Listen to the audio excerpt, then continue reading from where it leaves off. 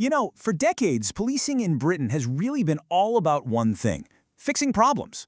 But what if that's not the right goal? What if, instead of just fixing what's broken, we could build something better from the very beginning? Well, today we're going to dive into a major rethink of the whole relationship between the police and the public. And look, we have to be honest about where this conversation is coming from. As the UK's Chief Inspector of Constabularies put it himself, policing is facing, well, an existential crisis.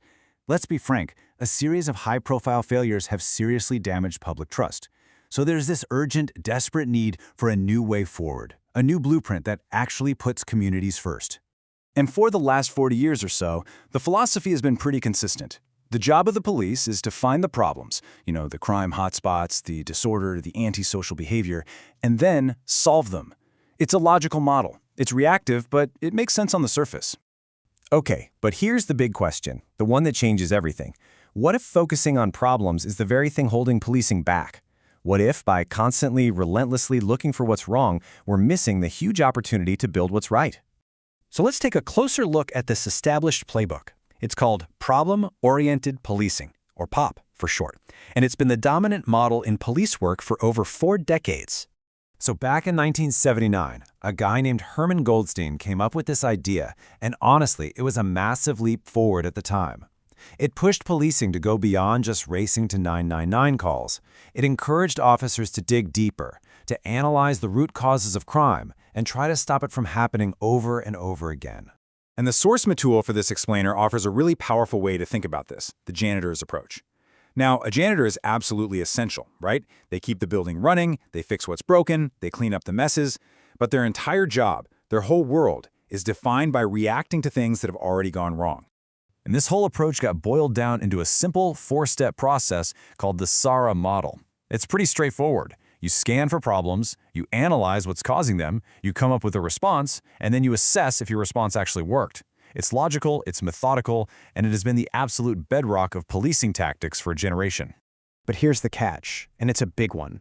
By its very design, POP is framed in the negative. Its entire energy, its focus, its language, it's all completely dominated by what's going wrong. By definition, it just can't see beyond the problem it's trying to solve. All right, so if that's the old way, what's the new one?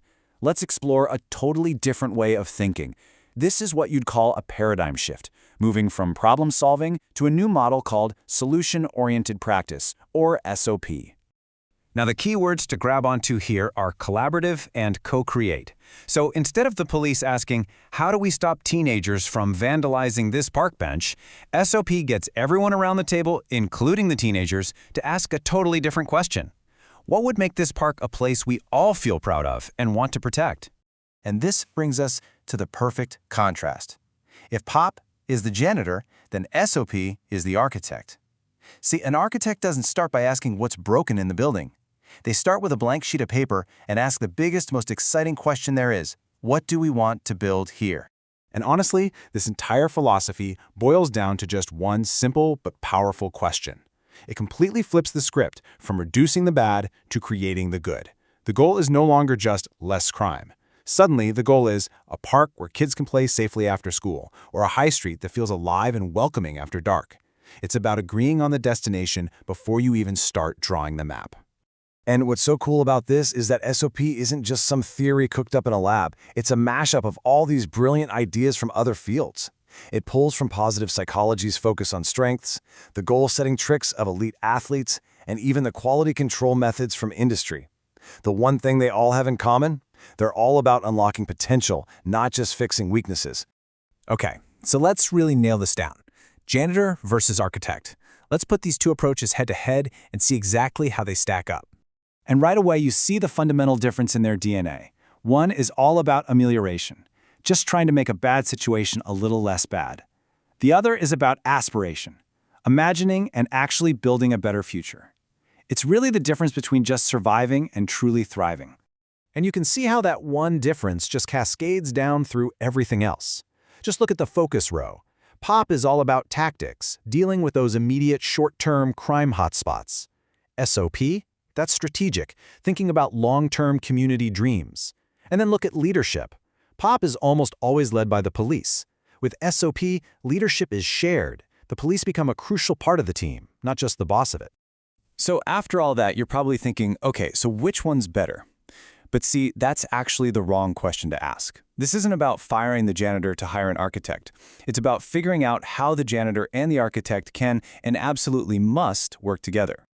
The truth is, any healthy community needs both. Of course, you need someone to fix the burst pipes and the broken windows, but you also need someone to design the extension and imagine a better future. They are complementary ideas, not competing ones.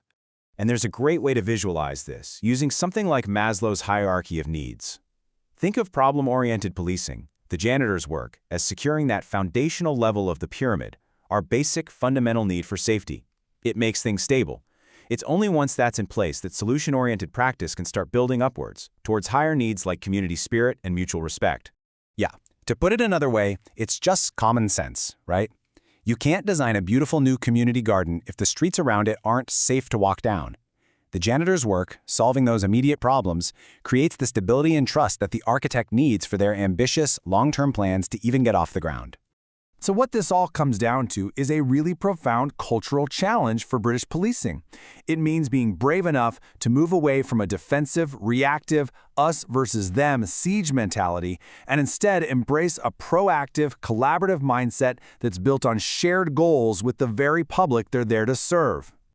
So we want to leave you with this final thought, a question that brings this whole idea right back to you, to your street, your neighborhood. If you were the architect of your community's future, working side by side with the police and your neighbors, what would good look like? What's the very first thing you'd build?